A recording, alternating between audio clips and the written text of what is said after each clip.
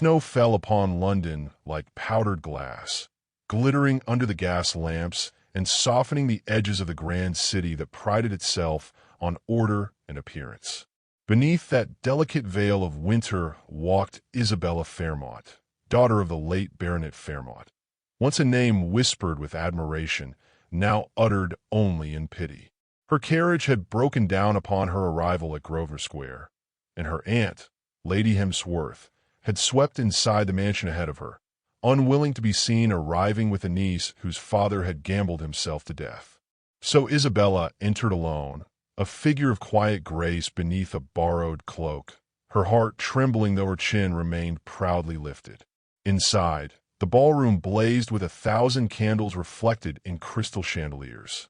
The Prince Regent's musicians played a waltz of laughter and longing, and London's finest whirled across the polished floor, diamonds glittering like the snow beyond the windows.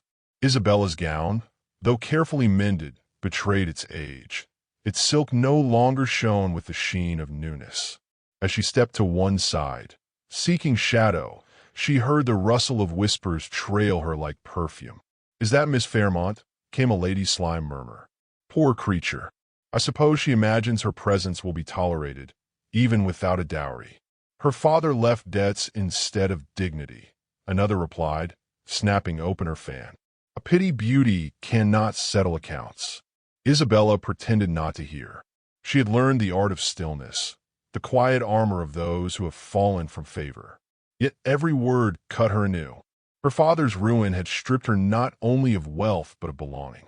She had sold her mother's pearls to afford this one evening's gown, her final chance, she believed, to reclaim a place among those who once smiled at her.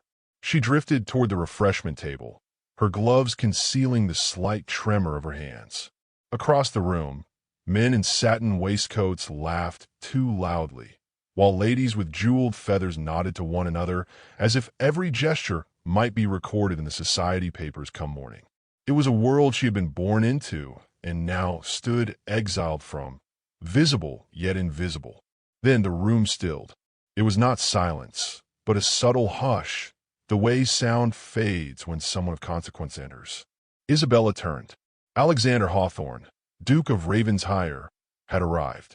Tall, broad-shouldered, his presence carried the weight of lineage and loss alike.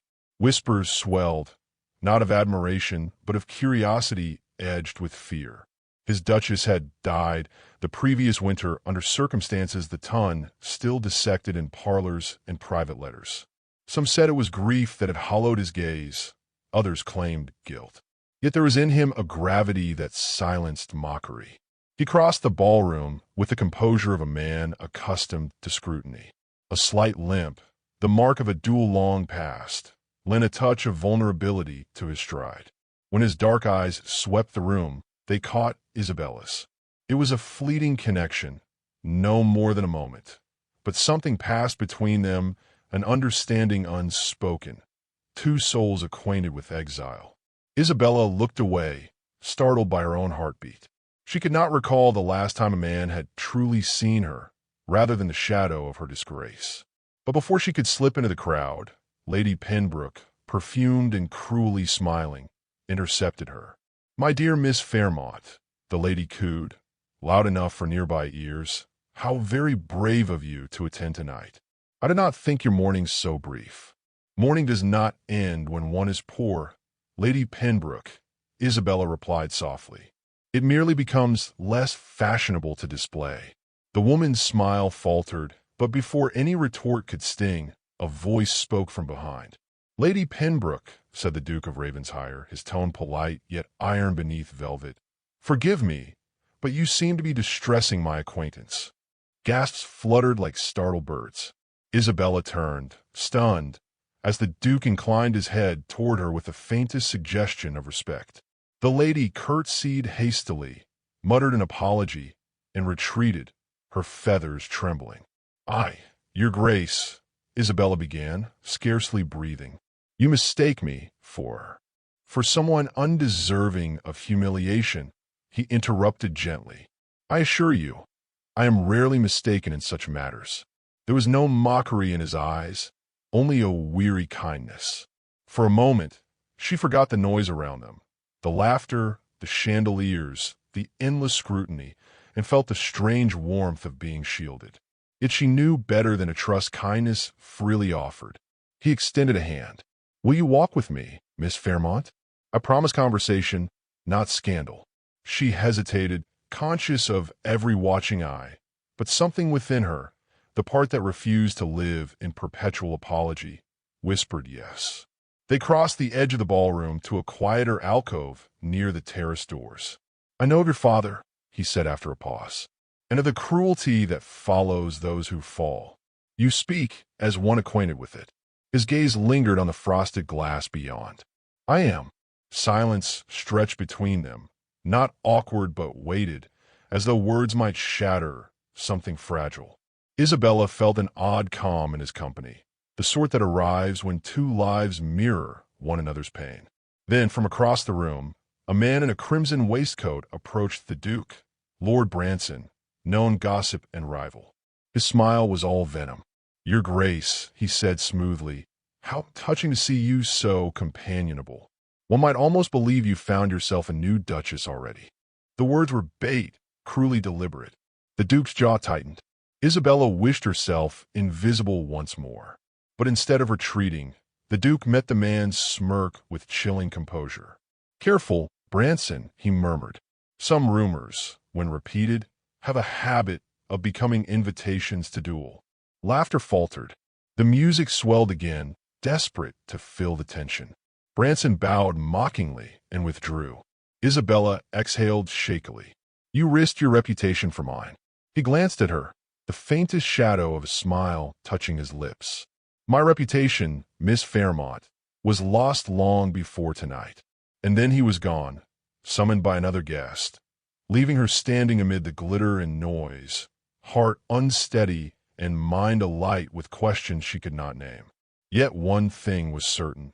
In the frozen heart of that winter's night, the Duke of Ravensshire had noticed her, and nothing, she sensed, would ever be the same again. The following evening brought a snowstorm so fierce that London seemed hushed beneath its own breath. Lanterns flickered in the wind, and the city's fine carriages moved like dark ghosts through veils of white. Within the Duke of Ravenshire's study, firelight burned low, casting long shadows across ledgers and sealed letters. Alexander Hawthorne sat before the flames, one gloved hand resting upon a folded document. The solicitor's warning that his late wife's uncle intended to challenge the guardianship of his young ward. The law, cold and technical, demanded proof of stability in his household. The unspoken truth was clearer still. Without a wife, his title's honor and the child's inheritance would be endangered by scandal. He stared into the fire as though answers might shape themselves from the embers. Marriage, to him, was a wound that had never fully healed. Yet society's judgment was merciless. By dawn, the Prince Regent's annual Yuletide ball would convene, and every notable family in England would be present. If he appeared with a lady beside him, dignified, gentle, seemingly devoted, the whispers might cease long enough to secure what was his duty to protect. His mind turned, unbidden, to the quiet figure from the night before, Isabella Fairmont.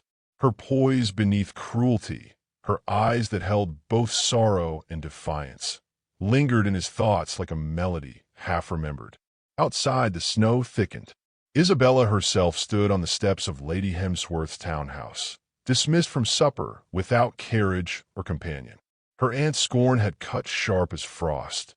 "You have neither beauty enough to charm nor fortune enough to tempt, and no niece of mine shall beg sympathy from the ton." The door had closed, leaving Isabella alone in the bitter air. She clutched her thin cloak tighter, uncertain where to go, when a dark carriage approached and halted beside her. The door opened, revealing the Duke, cloaked in black, snow dusting his shoulders. "Miss Fairmont," he said quietly, his voice almost lost to the wind. "Forgive the intrusion. May I have a moment?" She blinked, bewildered. "Your Grace? At such an hour?" "It is necessity, not propriety, that compels me." His tone held neither charm nor arrogance, only weary sincerity. "I am to attend the Prince Regent's ball tonight, and I find myself in need of a companion, a wife, to speak plainly, if only by appearance. Will you consent to act as such?" The absurdity of his request stole her breath. "Act as your wife, merely for the evening. There are matters of inheritance at stake, and the illusion of marriage would silence those who seek to destroy what remains of my household. You would be compensated, of course." She drew back, pride flaring even as the snow clung to her lashes. "You mistake me, Your Grace. I am not a woman who sells herself for comfort." A faint smile curved his lips, touched with admiration rather than offense. "No, Miss Fairmont, you are a woman who endures humiliation with grace. That is precisely why I ask you." The silence between them pulsed with the weight of impossible choice. She could refuse and vanish further into obscurity, or accept and risk the only thing she had left, her name. Slowly, she lifted her gaze to his. "If I agree," she said, her voice steady, "you must promise me truth. I will not aid in deceit for deceit's sake." "Then I promise," he said simply, and extended his gloved hand. Hours later, the grand halls of Carlton House shimmered with golden laughter, oblivious to the storm beyond its doors. The Duke of Ravensshire entered with Isabella upon his arm. Gasps fluttered through the crowd like wings. Speculation leapt from fan to fan. She wore a gown of midnight blue, loaned from the Duchess's wardrobe by the Duke's housekeeper, and though the fabric was fine, it was her bearing that commanded attention. No longer a wallflower in shadow, she held herself with quiet dignity, every step measured, every glance deliberate. The Prince Regent greeted them with practiced warmth, his indulgent smile betraying curiosity. "Ah, Ravensshire," he drawled, "you have kept a secret, wife, all this while." The Duke bowed slightly. A secret, perhaps, only from those who sought to make a spectacle of it. The Regent laughed, accepting the answer as mischief, and turned his attention elsewhere. But the whisper had taken flight. The Duke of Ravensshire is married again. Isabella felt the weight of eyes upon her, yet beside her the Duke stood unwavering. He guided her into a waltz, the orchestra's violins swelling around them. His touch at her waist was respectful, but the air between them seemed charged, alive with something unspoken. "You dance as if you have done so in another life," he murmured. "Perhaps I am only determined not to falter beneath so many stares," she replied. He looked down at her, something soft flickering through the reserve in his gaze. "They may stare all they wish. None could find fault with you." Their movements were effortless, the rhythm binding them in a fragile pretense that began to feel strangely real. She caught herself wishing the night might stretch longer than its lie allowed. But reality returned swiftly. Near the refreshment table, a voice rose, a familiar drawl edged with cruelty. Lord Branson, ever the viper, raised his glass.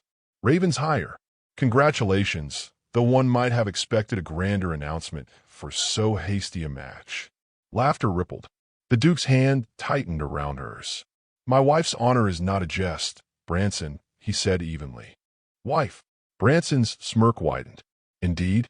Then perhaps you will forgive the ton for wishing proof of such felicity." The air crackled with tension. Without hesitation, the Duke stepped forward, his voice calm, yet carrying the weight of command. "Insult my wife again," he said, "and I shall demand satisfaction by dawn." A collective intake of breath swept the room. Even Branson paled, bowing stiffly before retreating.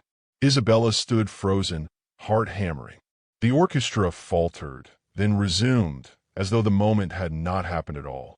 When she turned to the Duke, his expression was unreadable, yet his words were gentle. "You played your part perfectly, Miss Fairmont." "I fear I did nothing at all," she whispered. "You endured," he said, "and that, I have learned, is everything." He offered his arm once more as the dance resumed, and she took it, though her heart no longer knew where pretense ended and truth began. Outside, the storm raged on, but within those glittering walls, a far more dangerous tempest had begun to stir. The carriage wheels hissed against the snow as they left Carlton House behind, the city swallowed by silence. Inside, the Duke of Ravensshire sat beside Isabella, his gloved hands resting motionless on his knees. Between them lingered a tension neither dared name, a fragile tether woven from shared deceit and unspoken truth. The warmth of the ballroom still clung faintly to her skin, but the cold pressed in now, sharp and real. She watched the snow swirl beyond the glass, her reflection ghostly against the night. "You should not have challenged Lord Branson," she said at last, her voice low. "You risked your standing." "Standing is a thing men lose daily in Parliament," he replied. "Reputation, however, mine was already ruined long before you saved it tonight." His tone held neither bitterness nor pride, only quiet finality. "Still, I owe you thanks, Miss Fairmont. You played your role with remarkable conviction." "It was not entirely an act," she said before she could stop herself. He turned to her then, and in the dim carriage light his gaze softened. Ravenshire's house loomed ahead, its great iron gates yawning open like the mouth of some ancient beast. Inside, the manor glowed with faint lamplight, servants retreating discreetly as they entered. The Duke dismissed them with a nod. "You should not return to Lady Hemsworth tonight," he said, removing his gloves. "The storm is worsening. A guest room shall be prepared." She hesitated at the threshold of the grand hall, where portraits of solemn ancestors lined the walls. "You are too kind," she murmured. "Kindness has little to do with it," he answered. "It is common decency. I find the world has too little of it." The fire crackled in the drawing room, casting long shadows over shelves of worn books and the gleam of brandy decanters. Isabella stood near the hearth, her fingers thawing against the heat, her thoughts a tangle of disbelief and wonder. This house, this night, was not her world, yet she felt curiously at peace within it. When he entered a moment later, carrying 2 glasses, she could not meet his eyes. "To courage," he said, handing her one. She raised it carefully. "Yours or mine?" "Both, I think," he said, and they drank. For a while, the only sound was the storm clawing at the windows. Then, quietly, he said, "You must wonder why I asked you." "I imagine desperation played a part," she replied gently. "It did, but not solely. You possess a quality the tongue cannot counterfeit, dignity without pride. You stand as though the world may crumble but will not take your grace with it." She lowered her gaze, uncertain how to receive such words. "And yet that grace is all I have left," she said. "It cannot be eaten, nor traded for warmth." He studied her face, lit by the dance of the fire. "You speak as one who has been starved of kindness." "Perhaps," she said softly, "but I have also learned to feed myself on hope, however meager." A faint smile touched his mouth. "Then you're wealthier than most in this city." Silence folded between them again, but it was no longer empty. It thrummed with the quiet rhythm of understanding. The flames painted his features in amber and shadow, revealing the man beneath the title. Weary, wounded, striving still for honor in a world that devoured it. At last he said, "My late wife's death was no accident, though society prefers its tragedies tidy. Her uncle holds her dowry in trust for my ward, a child too young to defend his claim. He would see me branded unfit, unmarried, unstable, and take what is not his." "And tonight's deception," Isabella said slowly, "was to preserve that inheritance. To preserve what remains of my conscience," he replied. "I cannot bear another loss laid at my door." She nodded, the truth of it sinking deep. "Then I am glad I could be of service." "Do not speak so," he said quickly, almost sharply. "You were not service, you were salvation." The words escaped him before restraint returned. He set his glass aside, eyes closing briefly as if to master himself. "Forgive me. I have forgotten how to speak plainly." Her heart beat fast, confused by the flicker of something perilous in his tone. "You are forgiven, Your Grace," she said, though the title suddenly felt like distance she no longer wished to keep. The firelight trembled, throwing gold across her face. For a long moment, neither spoke. Then she reached up, almost unconsciously, to smooth a lock of hair loosened from its pins. His gaze followed the motion, and in that instant the air between them seemed to pulse. "You act the part too well, Isabella," he said quietly, her name falling from his lips with reverence and danger alike. It almost feels true. She drew a breath, her voice a whisper. And if it were? The question hung there, suspended, fragile as frost. He stepped closer, every movement deliberate, until she could see the faint scar at his temple, the weight of solitude etched into his eyes. Then, he said, his voice barely a murmur, I should be lost entirely.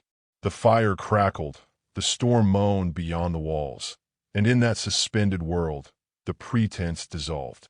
She felt his hand brush hers, an accidental touch, yet it sent a tremor through her chest. Neither moved, as though any motion might break the spell. Then came a sudden rap at the door. Both started as a servant entered, his expression pale. Your Grace, the man said breathlessly, Mr. Henley has arrived. Urgent news. The Duke straightened, all softness gone. At this hour? Yes, Your Grace. He says the matter cannot wait. Alexander's jaw tightened. Show him to the library. When the servant withdrew, Isabella turned toward him. What is it? He hesitated, then met her eyes. The solicitor. Word of tonight's ruse has reached Parliament. They will demand explanation by morning. She felt her pulse quicken. Then what will you do? He looked at her for a long moment, the faintest edge of resolve hardening his expression.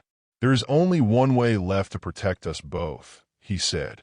If they seek to unmask us, then let the mask become truth. Her breath caught. You mean?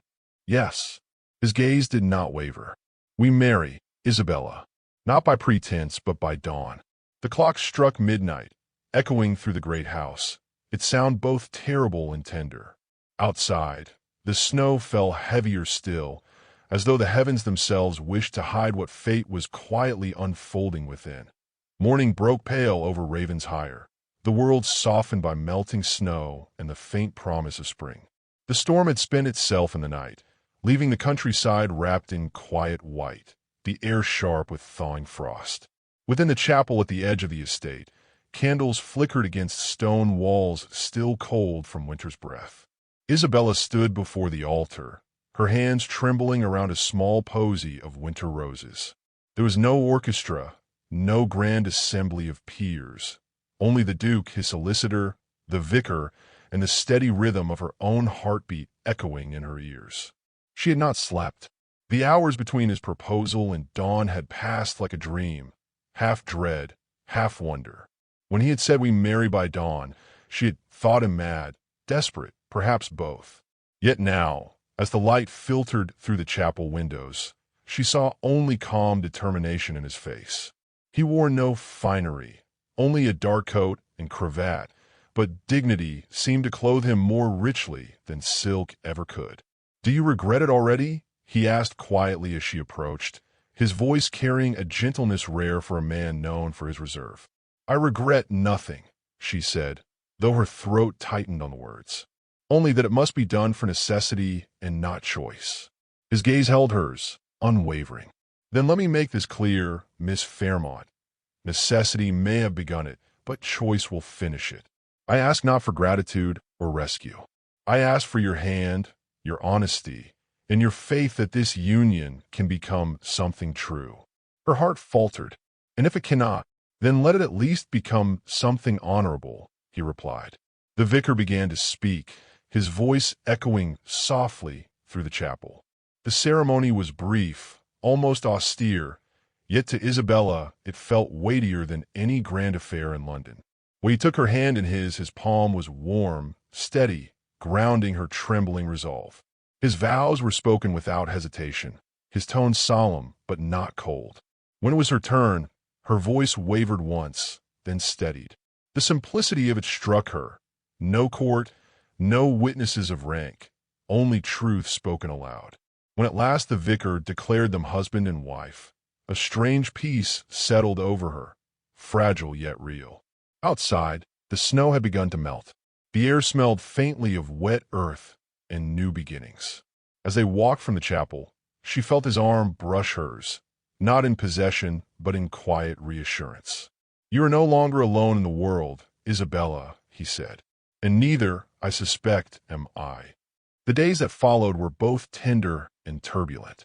London hummed with scandal as word of the Duke's sudden marriage spread like wildfire through drawing rooms and clubhouses. The ton was merciless. Some called her an opportunist, others a romantic fool.